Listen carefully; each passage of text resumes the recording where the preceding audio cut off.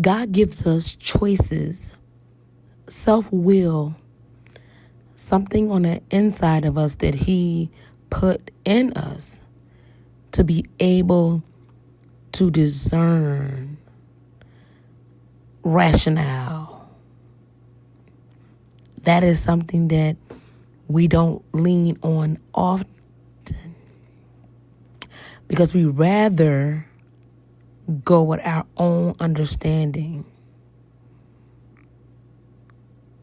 In order for you to improve your mindset, to improve your life, you would first have to examine or evaluate your life. How are you living? How are you communicating? How are you showing up? Are you receptive? Do you know how to differentiate between, good and bad and evil, moral values? What is right and what is wrong? And oftentimes, this is a very complex challenge for humans. We tend to let our sin and our ways, our habitual ways, overshadow doing the right thing, overshadowing what we know we should be doing and we don't do it. You know that you love your grandmother, but your grandmother needs special attention that you are not able to provide. It's not your expertise. You don't know. But your heart is saying, I love my grandmother and I should be the one to be there for her. But in any case, are you really helping her? How do you best help someone?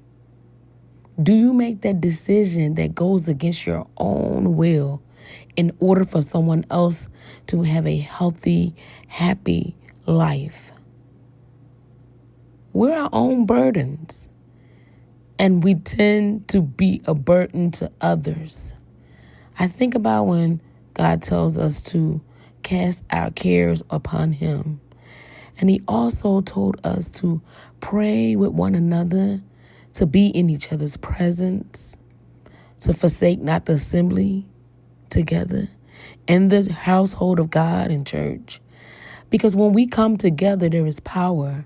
In his word, he said that when 2 or 3 are gathered in my name, I am there also. So these are the power tools that women of God use to come together.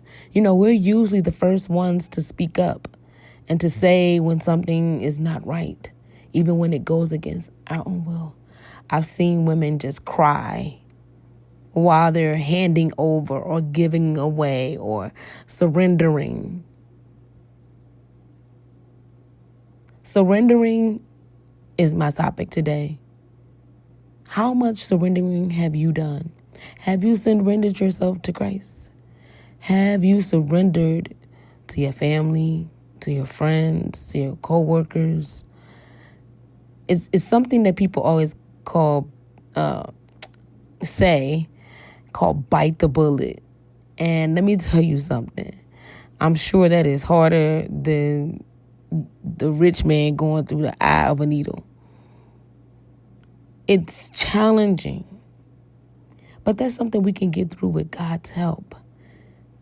Continuing to pray in Proverbs and Psalms, the New Testament, praying that God will give us strength to do what is necessary to provide for humanity and support humanity. Because these are God's people. This diverse people that God created is all him. We're all clay and he's the potter. At some point within yourself, you know that there's the right thing to do right at the front door. Are you opening that right thing and letting it in? Think about that.